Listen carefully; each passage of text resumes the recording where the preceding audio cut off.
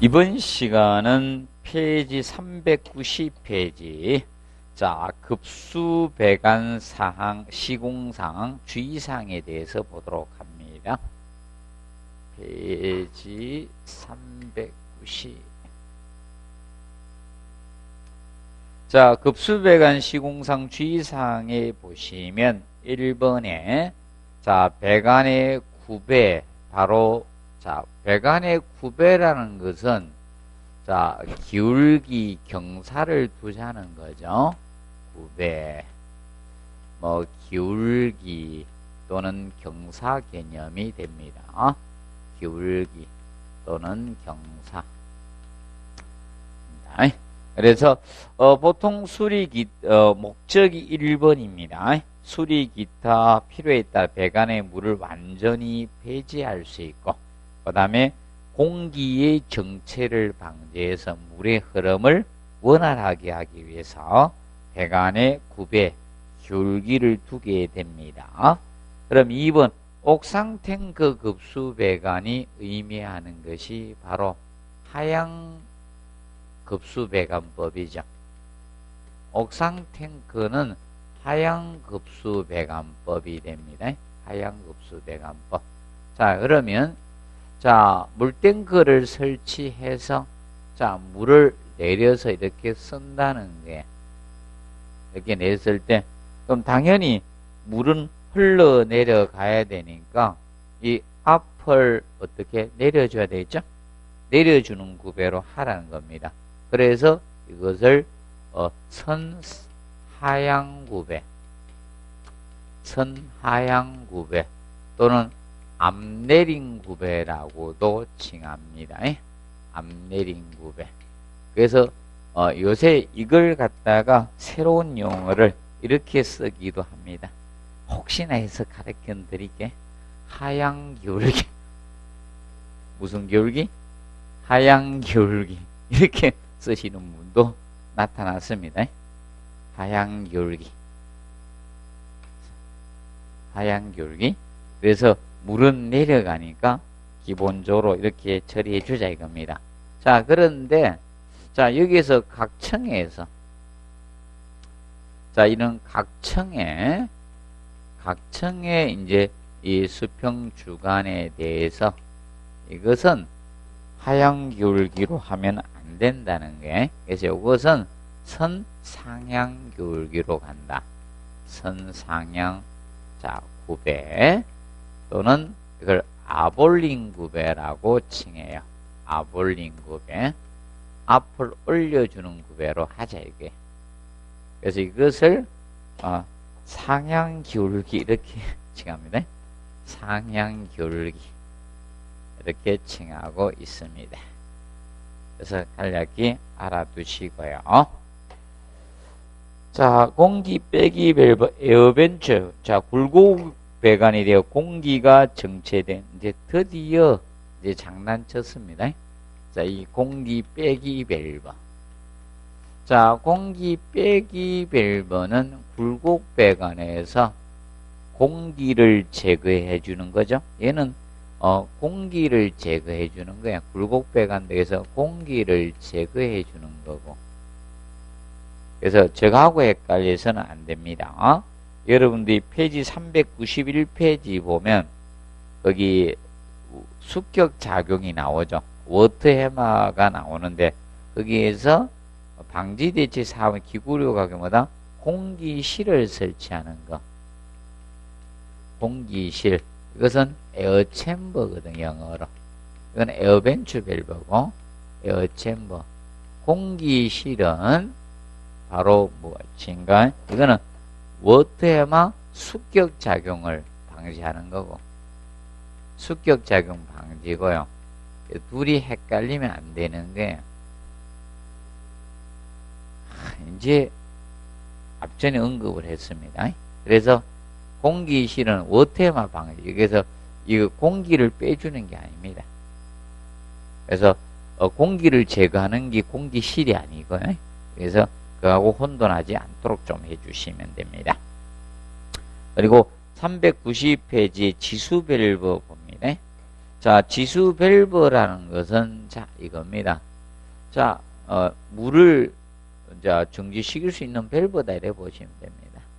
자, 이렇게 수평 배관이 나가면 수직 이제 배관이 나가면 자, 우리가 어디 하나 고장 났다 해서 전체를 다 닫을 필요는 없잖아요. 그럼 내가 이 라인만 이걸 잠그면 되는 거예요.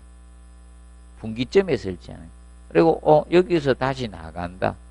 그러면 여기에서 이제 다시 나가면 이쪽에 한 개만 중단하자 이겁니다. 요거만 닫으면 되는 거예요. 지수 밸브. 자, 그리고 여러분들 가정에서도 자, 어떻게 합니까? 저것만 닫으면 되죠. 내가 자, 세면기 고장났다. 그럼 세면기 그거 닫고 곤치면 되죠. 그리고 이제 대변기도 그 밑에 물 조절하는 거 있죠. 양쪽은 조절해 주면 돼요. 맞아? 아, 우리는 너무 세게 나온다. 그러면 이거 조절해 주면 되는 거야. 지수 밸브. 그래서 국부적인 단수나 수량 수압을 조절해 주는 밸브를 무슨 밸브? 지수 밸브예요. 그러면 여러분 뭐 고장났다 그럼 지수 밸브를 잠그고 작업을 하시면 되는 거예요. 자, 그리고 391페이지 워테마 숙격작용인데, 그래서 올해는 숙격작용을 좀 알아두셔야 된다. 올해는 얘가 또 지문을 낼 거예요. 20일에 작년에는 공동현상 캐비테이션이 언급이 된 거고요. 그래서 올해는 숙격작용 워터해막은 자, 숙격작용하는 것은 다른 거 아니에요. 워터가 물이잖아. 물이 와서 햇맞이를 하더라 이거예요. 자, 수전이 있는데 수전에서 물을 사용하고 있었어요. 쫙 나오다가 얘가 탁 닫히는 거예요. 근데 최근에 수전들이 수동식 밸브가 없잖아요. 이렇게 돌리는 밸브 형태가. 처음부터 이거잖아요. 이거 아니면 넣으면 센서에서 나왔다 탁 빼면서 탁 중단되는 거잖아요. 그러니까 유속의 흐름이 확 급정지하니까 탁 급정지하니까 와서 물이 와서 햇맞이를 하더라.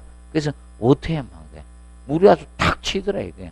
그래서 여러분들 이겁니다. 자, 집에서 물을 사용하다 탁 닫으니까 주변에서 쿵쿵 소리가 나죠. 이것이 바로 뭐다? 워터해마 숙격작용.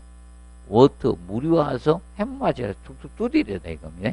그래서 워터해마입니다. 다른 거 아니에요. 그래서 그거 체크하십시오. 유속의 큰 흐름은 뭐다? 급정지에서 생기는 현상이에요. 얘는. 그래서 기억을 해 두시고요. 그러면 워터해마의 그 원인 나오네. 플러시 밸브가 무슨 밸브다? 세정 밸브죠. 플러시 밸브가 세정 밸브예요. 플러시 밸브는 세정 밸브. 한번 누르고 나면 일정량의 세정 밸브가 플러시 밸브입니다. 한번 누르면 일정량의 물이 나오고 단수되는 밸브, 이것이 세정 밸브, 플러시 밸브인데, 자, 세정 밸브는 뒤쪽에 가서 잠시 보고 오도록 하겠습니다. 자, 어디 보시는가? 페이지 504페이지 5페이지 보면 나와요. 504, 505페이지 보면 나오는 거. 자, 이 밸브가 무슨 밸브? 세정 밸브. 504, 505페이지 보시면 이 밸브가 세정 밸브예요. 그럼 얘는 탁 누르면 알아서 지가 착 나오다 탁 단수돼. 이 밸브가 세정 밸브, 플러시 밸브입니다. 그래서 이제 사용해서 생기고, 그 다음에 급격히 수정 개폐를 빠르게 하니까 생기는 거예요. 그러면 서서히 여다. 그 수동식 밸브로 생길 때는 그 현상이 안 생겼어요. 그러면 현대에 와서 문제가 생기는 거지. 옛날 어렸을 때는 워터해막 개념이 없었습니다. 왜? 수도꼭지를 빨리 잠글 수가 있어야지. 돌려야 되니까. 그때는 발생이 안 했죠. 지금 현재 생기는 거다. 그리고 간격이 적을수록 일어나기 쉽고, 그 다음에 원위치 391페이지에 오시고, 그래서 간격이 적을 때 잘 생깁니다. 간격이 적을 때. 그러면 간격을 크게 해주면 됩니다. 방지 대체. 그러면 유속이 빠를수록 일어나기 쉽습니다. 그리고 그 옆에 하나 더 있어요. 수압이 클수록 클수록 잘 생깁니다. 수압이 클수록 잘 일어나고요. 그 다음에 굴곡계수가 많으면 잘 일어납니다. 그럼 반대로 하면 다 방지 대책되는 겁니다. 그리고 방지 대책 보면 그래서 수준율을 폐지하는 시간을 어떻게 느리게 서서히 잠그라 이거예요. 그리고 간격은 크게 하고 유속은 느리게 하고 수압을 어떻게 적게 하고 굴곡배의 재수는 직선 배관을 하고 그리고 4번은 꼭 체크하십시오. 그거로 가까이 멀쩡 공기, 실, 에어챔버. 자, 충격을 흡수할 수 있는 공간이 필요하다 이거예요. 쿵 소리 안 나려고 하면. 그래서 여러분들이죠. 차 안 박으려고 하면 충분히 떨어뜨려 놓고 하면 자기는 안 박죠. 근데 남이 가서 박죠. 뒤에서. 앞에 공간이 충분하면 박을 이유가 없죠. 맞죠? 그래서 그 공기실 설치 에어챔버 기억해 놓으세요. 이건 또 봐두세요. 공기실 에어챔버는. 자, 기억해 두시고, 그 다음에 슬리버 나옵니다. 자, 바닥 벽을 간통 배관이 나오면 꼭 체크하세요. 바닥벽 간통 나오마다 슬리버. 자, 저거라고 보시면 됩니다. 아파트에 적어 보시면 돼요. 아파트, 에어컨 실내기하고 실외기를 연결할 때 또 동간 가지고 연결해야 되잖아요. 그때 미리 구멍을 뚫어 놨어요. 그다가 철간을 묻어둔 간이 뭐다? 슬리브예요. 슬리브. 슬리브가 있어야지 배관이 교체가 용이하잖아요. 만약에 여러분들 저겁니다. 슬리브가 없으면 어떤 것이 생길까요? 아파트 이사 올 때마다 뚫어야 될 거 아닙니까? 에어컨을 아무 데나, 그래서 이미 에어컨 설치 장소는 딱 정해져 있죠. 미리 슬리브를 거기다 딱 해놔, 거기다 설치하면 돼요. 근데, 내가 옛날에 살던 아파트 동에 어떤 분이 와서 어떻게 되는가 하면, 와, 너무 시끄러워서 내려가 봤거든.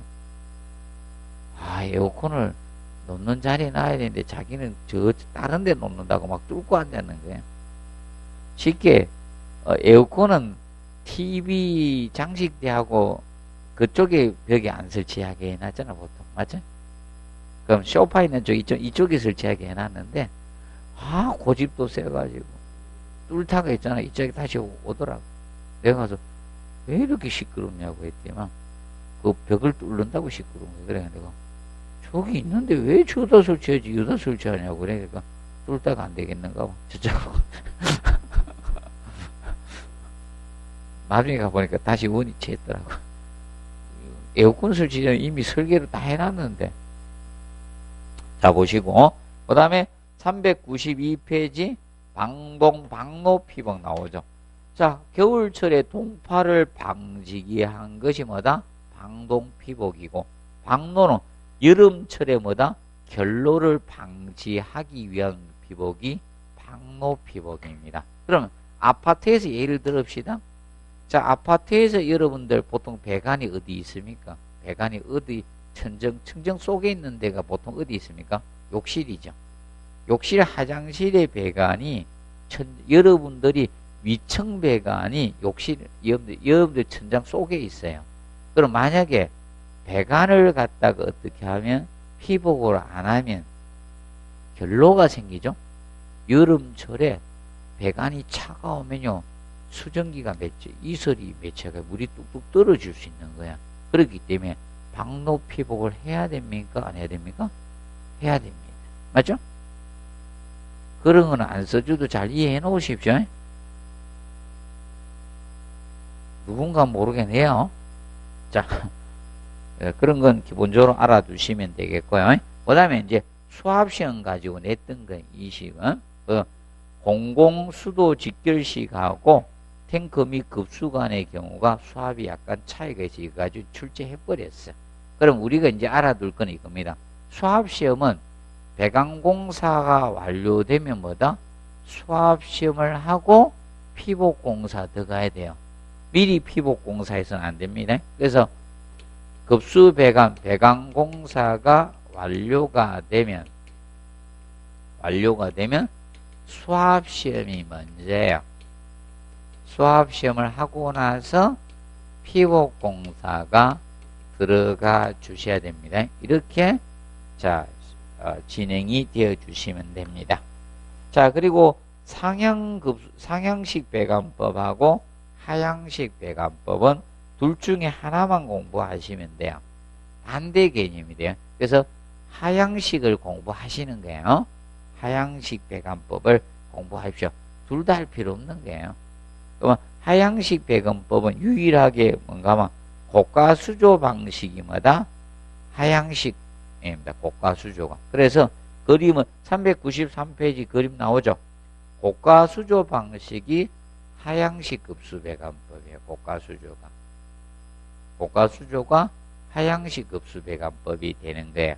그래서 고가수조 방식은 장점은 급수압이 일정하다는 거예요.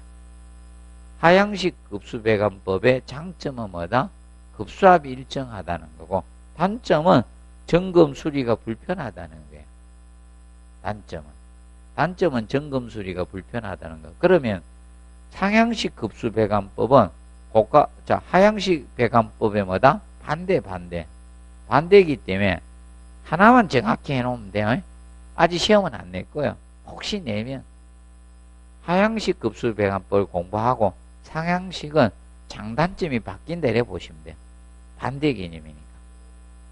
그 다음에 헤더 급수관 방식 있죠. 이걸 하면 어떤 특성을 가지는가 하면 이겁니다. 간섭을 덜 받아요. 자, 보통 헤더 공급 방식이 여러분들 저거라고 보시면 돼요. 난방에 보시면 주방 싱크대 밑에 보시면 분배기가 있죠. 그것을 공급이 되니까 다른 데 영향을 별로 안 받는 거예요. 그러면 헤더 급수 배관법을 쓰게 되면 쉽게 어떻게 되는가 하면 여러분들이 욕실에서 샤워를 하고 있는데 누가 주방 싱크대에 물을 갖다가 쓰게 되면 수압이 확 줄죠. 그거는 일반 분기 방식을 쓴 거예요. 분기 배관 방식을 쓰면요 급수압 변화를 많이 받아요. 그런데 헤더 급수관 형태로 따게 되면 영향을 적게 받는 거예요.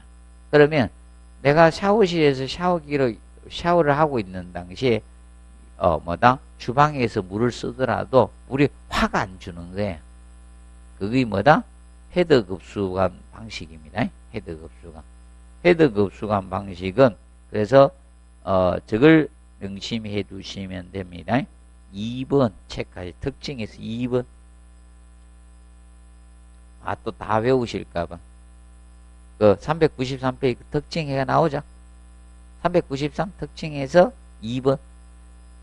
자, 그래서 동시에 사용해도 유량 변화가 어떻게? 적다. 변화가 없는 것이 아니라 적다는 게 적다. 자, 보시고. 근데 여러분들 보통 헤더 이거 급수배관법을 쓰면 근데 비용은 많이 들어가요, 적게 들어가요? 많이 들어갑니다. 비용은 많이 들어가요. 자, 그 다음 넘어갑니다. 399페이지 급탕 설비 가도록 합니다. 급탕. 뜨거운 물을 공급해주는 설비가 급탕입니다. 자, 급탕 설비는 문제가 하나에서 두 문제 정도 나올 수 있습니다. 자, 급탕 설비는 하나에서 두 문제 정도 나올 수 있는 파트입니다. 그리고 계산 문제가 많이 출제된 데가 여기입니다. 계산 문제가. 자, 그래서 물의 팽창하고 수축에 대해서 다루고 있습니다. 물은 끓이게 되면 당연히 최적 팽창이 발생이 되겠죠. 그걸 써놓은 거예요. 근데 여기에서 답을 유도할 수는 없으니 이건 상식이기 때문에 그냥 쓸 수는 있습니다. 그래서 그 밑에 물의 팽창률이 있죠. 이게 10회 때 한번 계산 문제를 냈어요. 근데 얘는 또다시 내기는 좀 힘든 시기예요. 제가 이야기했는데 거의 대부분 식은요 다음에 다루기 힘듭니다. 거의 안 다룹니다. 이거 한 번 냈어요. 그 다음부터 한 번도 안 다룹니다. 자, 그리고 자 보실 것이 열량에 대해서 해놨죠. 어떤 물질 1kg 1개월인데 필요한 열량을 뭐다? 비열이라고 해요. 물의 비열은 정확히 따지면 이거예요. 물의 비열은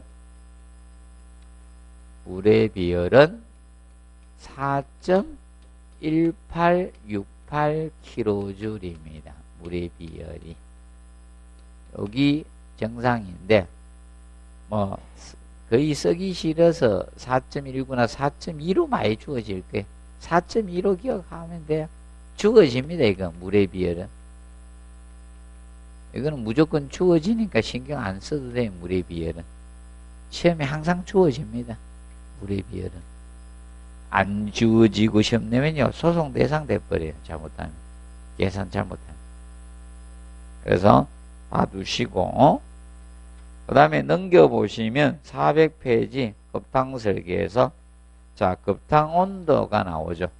1번은 필요 없고 2번에 급탕 온도는 60에서 70도씨가 표준 온도예요. 그래서 이것이 순간 온수기 있죠. 자 순간 온수기 기본 온도예요. 얘가 60에서 70도씨가 급탕 표준 온도예요. 자 왜 그런가 하면 이거보다 더 뜨거운 물을 공급해 줄 필요가 별로 없죠. 자, 예를 들어서입니다. 주택에 이거보다 더 뜨거울 필요가 있을 것 같아요? 없을 것 같아요? 아니, 100도씨 공급해가 뭐 하시려고요, 집에서? 닭 잡아가 닭들 볶고 그럴 거야? 돼지들 볶고 그럴 거 아니잖아요. 그래서 60에서 70도씨면 돼도 충분한 거예요. 이것도 뜨거워야 돼요. 위험합니다. 그걸 쓰면 돼. 그 다음에 2번. 자, 주택, 아파트, 호텔 1인 1급탕량이마다 75에서 150m. 요건 뭐 지문 한 줄 썼어요. 아니, 뭐라 써놓으니까 지문 한 줄 썼어. 한 줄 써줬어요, 지금까지. 기억하십시오. 75에서 몇 리터? 150리터고. 그 다음에 페이지 401페이지 보면 급탕 설비마다 설계 계산식이 나오는데, 자, 이거 무시하고 제가 써드릴게요. 그 식으로 외우면 힘드니까 한글로 써드릴게요. 자, 식을 또 다 써드리면 여러분들 싫어하니까 딱 3가지씩만 요거 거기서 할게. 지금 현재 401, 402페이지에 걸쳐서 식이 나오는데 그 다른 거 다 때려치우고. 소요가스량. 소요가스량은 첫 번째 소요가스량은 자 급탕량이 질량입니다. 리터 per hour입니다. 급탕량 곱하기 자 비열 곱하기 온도 차이입니다. 자 예를 들어서 10도씨 물을 넣어서 70도씨까지 데우면 꼭 60도까지만 데운 거잖아요. 그럼 원래 10도는 자기가 가지고 있던 에너지니까 빼줘야죠. 온도 차이. 온도가 2개 주지만 항상 차이를 내야 돼요. 온도 차이를 갖다가 자 연료의 발열량이죠. 이게 전 물을 데운 데 들어간 전체 열량이잖아. 맞죠? 그러니까 연료의 발열량 곱하기 효율을 곱해서 나누어 주시면 이게 소요가스량 계산 문제입니다. 계산 문제가 안 어려워요. 그래서 쉽게 계산할 수 있어요. 너무 어려워하실 필요 없는 게. 계산식요. 제가 어려운 건 그냥 찍으라 해요. 진짜 시간이 오래 소요되는 거는 계산할, 이건 오래 안 걸리니까 이런 건 해야 돼요. 이런 거 하지 않으면 어떡해. 의외로 쉽습니다. 계산 문제가. 자 보시고 그 다음에 소요 전기량 구하는 거. 소요 전력량 소요 전력량 구하는 것은 똑같아요. 급탕량 곱하기 자 비열 곱하기 총 들어간 열량의 온도 차이를 하셔가지고 온도 차이를 자 1kW가 1kW 열량으로 하면 1kW가 3600kJ입니다. 1kW가 그래서 3600으로 나누는 거예요. 3600 곱하기 효율로 나누면 돼요. 근데 이거는 안 주어지 3600은. 1kW가 열량으로 환수하면 3600kJ이 되는데 아이고, 야하고 해서 많이 냈습니다.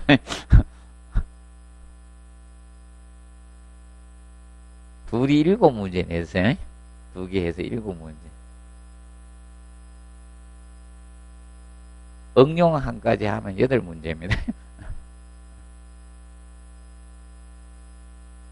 간단해요. 자, 그러면 이거만 하면 돼요. 분모가 가스니까 가스의 발열량이 더 가야 되는 거예요. 맞죠? 가스가 발열량이 좋은 가스도 있고 발열량 나쁜 가스도 있을 거 아닙니까? LPG가 발열량이 좋죠? 틀린 겁니다. 그래서, 그리고 여러분들 방귀도 가스 모하게 떼면 떼지겠죠? 많이 보면. 자, 그래서 이겁니다. 근데 이거는 전기니까, 소요 전력량이니까 1kW를 열량으로 환산하면 이미 정해져 있는 거야. 그게 3600으로 나눠주면 되는 거. 근데 가스는 발령이 다르니까 연료의 발령이 주어진 대로 나눠주시면 된다는 거다. 근데 100%는 없으니까 효율을 곱해서 해주면 되는 거예요. 자, 기억해 두시고, 그 다음에, 자, 그거는 그 402페이지에 나오는 게죠. 소요 전기량우 하는 거는요, 이거는 혹시나 하세요. 옛날에 했기 때문에. 아, 이놈 문제 하다가 내가 안 하면 또 내는 경향이 있어가지고. 아, 연락이 강의하도 이 인간 너무 안 내가지고 이제, 그만할까 싶어서 안 하면 되고 이래요. 그래서 끝까지 내지 말라고 계속 해야지. 이건 더 쉬워요. 소요 전기량 계산은. 소요 전기량은요. 자, 급탕량 곱하기 비열 곱하기 온도 차이를 해서 나누기. 자, 뭐 소요 전기라니까 잠열로 나누어 주면 돼요. 잠열. 전기 정발 잠열로 나누는 이 잠열이 2257로 하든 2258로 하면 돼요. 잠열이.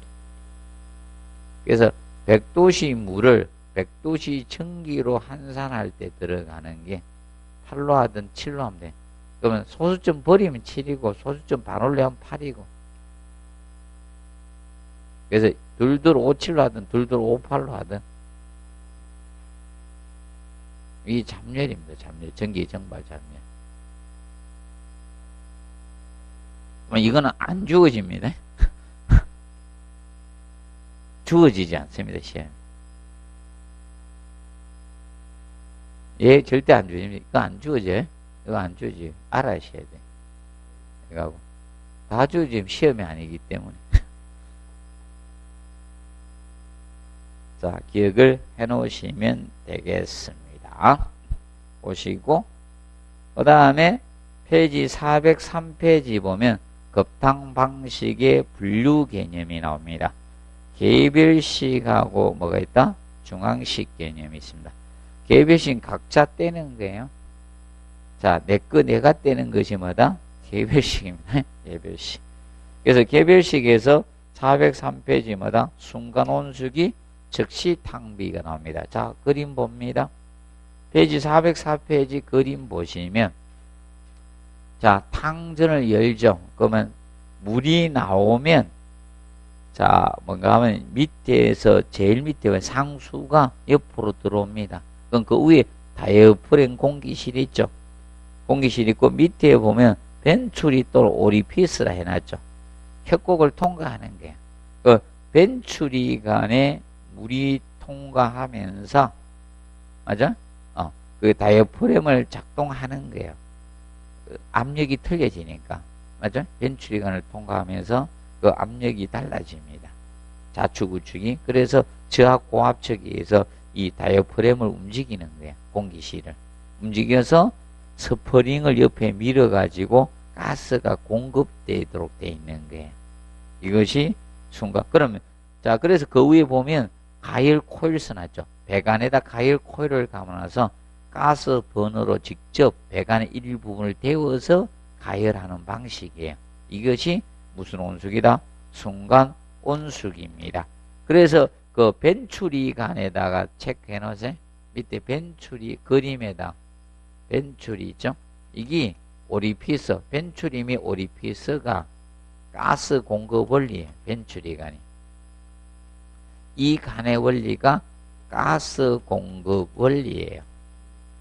가스 공급 원리가 벤추리간의 원리에서 가스가 공급되고 있는 거예요. 그래서 그리고 좌측에 보면 파일럿 프레임이라고 해놨죠. 파일럿 프레임이 점화장치 역할을 해요. 점화장치 역할을 파일럿 프레임이 하고 있습니다. 기억하시고. 그러면 이 순간 온수기는 유일하게 시험 나오기 403페이지에 3번이에요. 온도는 몇 도다? 60에서 70도씨가 되는 거예요. 60에서 70도씨. 이거 가지고 시험을 냈었습니다. 그래서 비등점에 가까운 온수 이렇게 냈던 게. 자, 그래서 404페이지에서 보서 그래서 순간 온수기는 벤추리간 기억하시고 파일럿 프레임이 있다. 그리고 가열 코일이 있습니다. 그 가열 코일 체크하십시오. 그림에. 가열 코일은 가열 표면적을 증가해서 가열 표면적 증가, 가열 표면적 증가를 위해서 가열 코일을 감아 놓은 거예요. 여기에서 가열 코일은 감아놔야지 구리선이 전체가 뜨거워져 있죠. 빨리 배관을 물을 가열할 수 있는 게 순간적으로. 기억을 해 놓으십시오.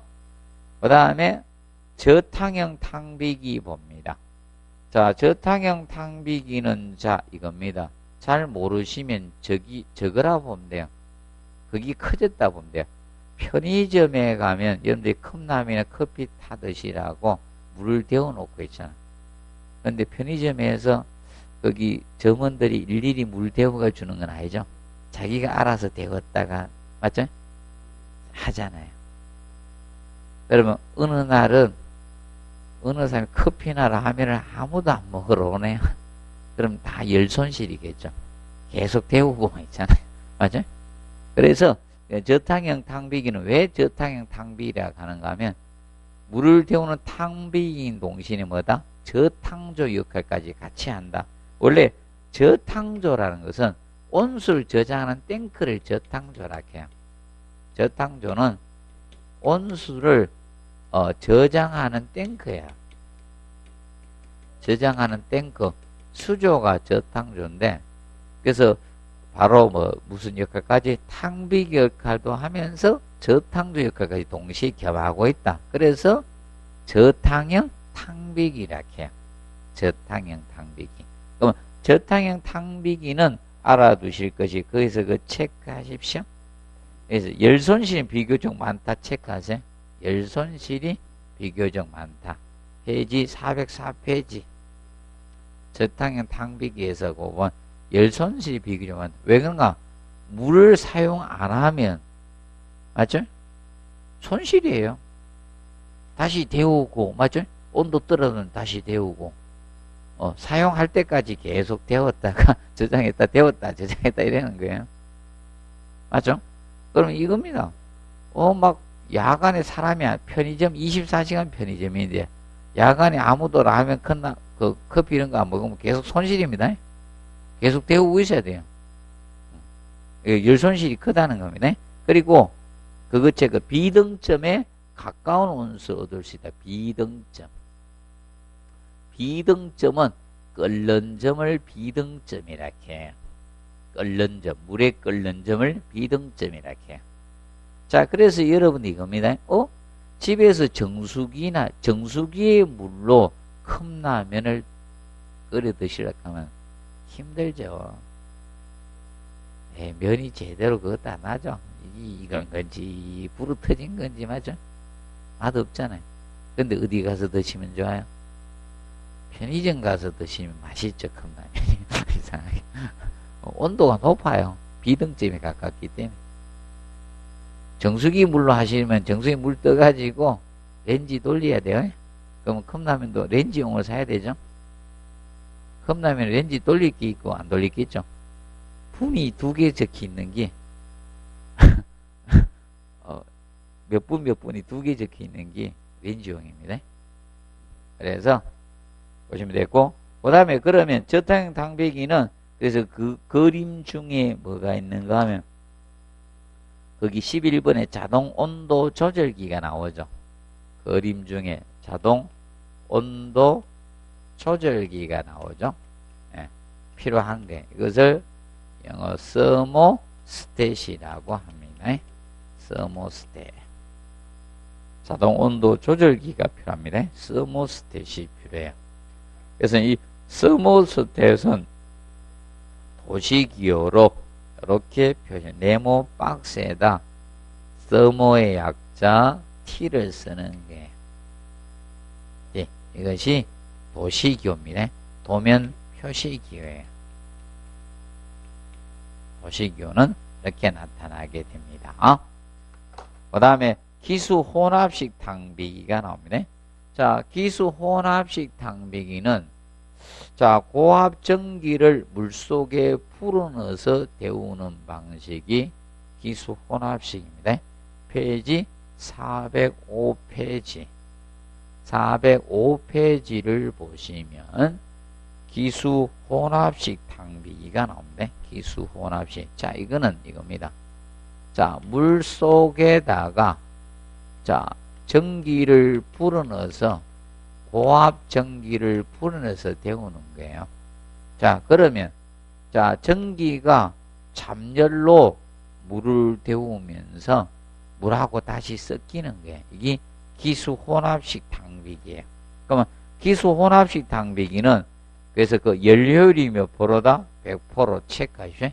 연료율이 100%다. 효율이 좋다는 거예요. 이거 하고. 그리고 거기 보시면 3번에 보면 고압전의 소음이 크기, 소음을 줄여주는 장치가 필요한데 그게 뭐다? 스팀 사일렌서가 필요하다 이겁니다. 체크하죠. 스팀 사일렌서는 소음을 줄여주는 장치다. 딱 두 가지만 기억하면 돼요. 연료율 100%다. 연료율 100%다. 그리고 소음을 줄여주는 장치 뭐가 필요하다? 스팀 사일렌서가 필요하다. 이 두 가지만 딱 기억하시면 끝나요. 그리고 중앙식은 이게 중앙식입니다. 자, 쉽게 옛날에 중앙집중식 난방했던 게 다 중앙식입니다. 급탕도. 자, 그럼 이거는 물을 한 곳에서 어떻게 가열해서 배관으로 각 건물 동마다 뜨거운 물을 공급해 주는 게 무슨 식? 중앙식 개념이 되는 거예요. 그러면 장점 나오죠? 연료비 적게 들고 연료율 좋다 이러는데 근데 여러분들이 이론상이고 실제 이거 좋아해요 안 좋아해요? 중앙식들. 자, 여러분들 이거잖아요. 중앙식 하면 중앙식 난방도 같이 하고 있죠. 그래서 제일 싫어하잖아. 입주민들이 제일 싫어하는 게 중앙식이에요. 왜 그런가 하면 이론하고 실제는 다르다. 왜 그런가 하면 저것 때문이죠. 자, 일단 특징에서 장점에서 4번 체크. 자, 총열량을 작게 할 수 있습니다. 기구의 동시 사용률을 고려하니까 이건 장점. 그런데 단점 보십시오. 처음 설치 비용 많고 그 다음에 자 3번 체크하시면 배관 도중에 뭐다? 열 손실이 큰 거예요.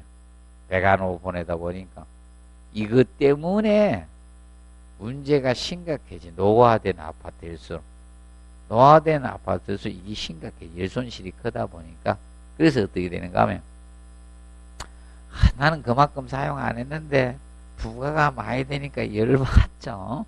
특히 난방할 때 이때 애매해요. 애매한 시기.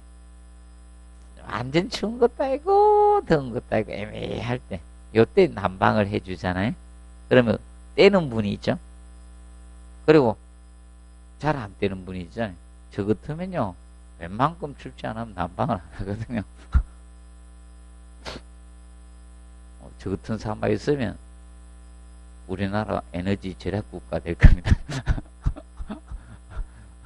저는 일일이 코드 안 쓰는 거 탁탁탁 다 끄고 이렇게 집 나갈 때 항상 그러고 잘 때도 항상 다 끕니다. 다 켜놓은 게 있어요. 다 끄고 제가 있으면 국가 부강할 겁니다. 저 같은 사람이 있으면 잘 안 씁니다. 등도 웬만하면 필요한 거면 딱 켜고 다 꺼놓습니다. 근데 그래서 기본적으로 이거죠. 그래서 이제 여러분들이 이겁니다. 그렇다 보니까 됩니까? 공 쓰는 사람이 있고 안 쓰는 사람이 있거든. 그렇다고 안 데워서 보낼 수는 없잖아요. 데워서 보냅니다. 그러면 어떻게 됩니까? 안 쓰면 되돌아오죠. 그럼 열 손실이 되는 거예요. 그렇다 보니까 나는 얼마 사용 안 했는데 막 부과되니까 돈 많이 부과인데 난리가 나는 거죠. 그래서 이 중앙 집중시계에 가면 소장님들도 조금 괴롭습니다. 왜 부가 이렇게 있느냐 이러면서 처음에 난방하고 이럴 때 있죠. 이럴 때 막 괴롭습니다. 그런 게 좀 있어요. 그래서 될 수 있는 개별식 가면 이 소리가 안 나옵니다. 개별식에 가면 보시면 되겠고, 그래서 그거 알아두시고, 그 다음에 4번 시공 후 기구 정설에 대한 배관 변경 공사가 어렵다는 단점이 있습니다. 자, 그런데 직접 가열식하고 뭐다? 간접 가열식 두 가지가 있다는 겁니다. 그러면 직접 가열식을 보시면 그림 보고 바로 이해하시면 돼. 406페이지 보시면 그림 있죠. 자, 거기 보시면 자, 온수 보일러가 있잖아. 우측 그림. 자, 406페이지 그림에서 우측 그림 뭐 온수 보일러 나오죠. 온수 보일러에서 물을 직접 가열한다 이거예요. 그래서 뭐다? 직접 가야지. 저탕조는 온수를 저장하는 탱크 역할밖에 안 하는 거야, 여기에서는. 그래서 가열 위치가 어디다? 온수 보일러다. 그래서 직접 가열식은 가열 위치가 온수 보일러가 되는 거야. 어이, 뒤에 게 먼저 나오나?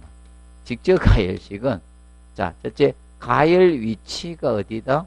온수 보일러다, 이게. 온수 보일러. 보일러에서 물을 직접 가열을 한다. 그래서 직접 가열식이라고 하는 거예요. 직접 가열식이라고 합니다. 그렇기 때문에, 자, 이 보일러에, 그리고 여러분들 이겁니다. 물 공급할 때, 물을, 급탕 뜨거운 물을 사용한 만큼 새로운 물이 공급돼야 되겠죠? 그게 기본이잖아요. 아, 우리 보일러는 항상 물을 공급을 안 돼, 뜨거운 물이 계속 나오는 보일러. 진짜 좋은 보일러요. 물값 안 들어가. 그런 보일러 세상에 없어요. 여러분들 뜨거운 물 사용한 만큼 그 물은 어디입니까? 배수관 타고 내려가죠.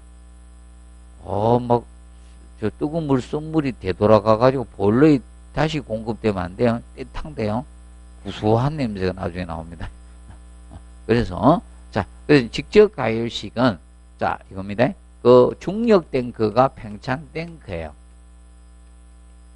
팽창 탱크, 이 중력 탱크. 여기에서 급수관을 타고 물이 어디로 공급된다? 바로 보일러에 온수 보일러에 공급된 거예요. 팽창 탱크의 물이 급수관을 타고 보일러에 공급이 돼 보충수가 공급되는 거예요. 보충수 공급이 보일러에 공급이 됩니다. 그럼 여기서 아까 보일러에서 가열했죠? 가열 여기서 했거든. 가열하다 보니까 그럼 이 보일러에 뭐가 생기는가?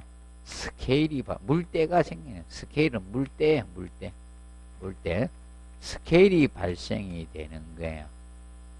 스케일이 발생이 됩니다. 여기서 스케일이 생깁니다.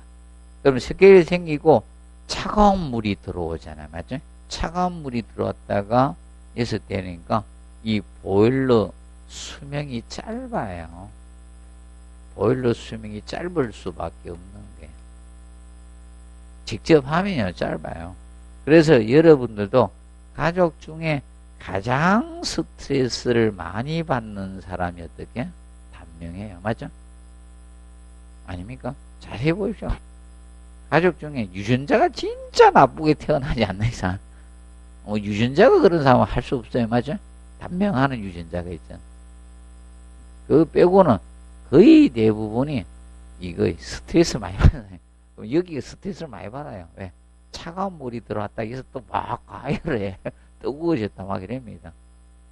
보일러의 신축이 불균하고 때가 끼니까 열도 잘 안 돼. 그래서 더 막 보일러 막 가동해야 되는 거예요. 그러니까 열 받으면 수명 단축합니다. 우리도 막 올렸다가 와 가다 이런 사람들 뒷목 먹고 드라마 많이 보죠. 뒷목 잡고 많이 넘어가잖아. 수명 짧아지는 겁니다. 이것이 자 직접 가열식의 기본이다. 보시면 되겠습니다. 그리고 자 직접 가열식은 기본적으로 이거는 대규모 건물에 사용할 수 있다 없다? 없습니다. 왜냐 이 팽창 탱크의 수압으로 자 팽창 탱크의 수압이죠. 수압 이 압력으로 뜨거운 물이 공급이 되는 게 수압으로 급탕을 이 뜨거운 물을 온수를 공급하는 거거든. 온수를 공급을 하는데 이 팽창 탱크의 압력이 어디에 가해진다? 보일러에 가해지는 거야. 그럼 보일러 터져버려요. 너무 압력 세게 가하면 압력을 가하게 보일러 팍 자고 그러면 보일러가 터져버리죠. 그래서 대규모 건물에 사용할 수가 없는 겁니다. 그래서 자 거기 우측 407페이지 보면 뭐다? 간접가열식이 나오는데 그러면 이 간접가열식의 경우는 우리가 알아두실 것이 간접가열식은 그러면 간접가열식은 왜 간접가열식이라고 하는가 하면 자 얘는 가열이 보일러가 하는 것이 아니라는 겁니다. 보일러가 가열하는 위치가 아니다. 그래서 간접가열식은 가열 위치가 저탕조예요. 얘는 저탕조에서 가열을 하는 거예요. 그러면 보일러의 역할은 이것밖에 안 하는 거야. 자, 보일러는 전기 보일러예요. 온수 보일러가 아니고 전기 보일러 보통 만들어서 이게 이제 저탕조가 있으면 자, 저탕조가 있으면 여기에다가 가열 코일 같은 거 설치해서 여기다 전기를 공급하는 거예요. 가열 코일을 설치해서 이 전기를 공급해서 여기서 물을 데우는 방식이에요. 그렇기 때문에 즉 간접가열식은 보일러에서 물을 직접 가열을 했다 안 했다?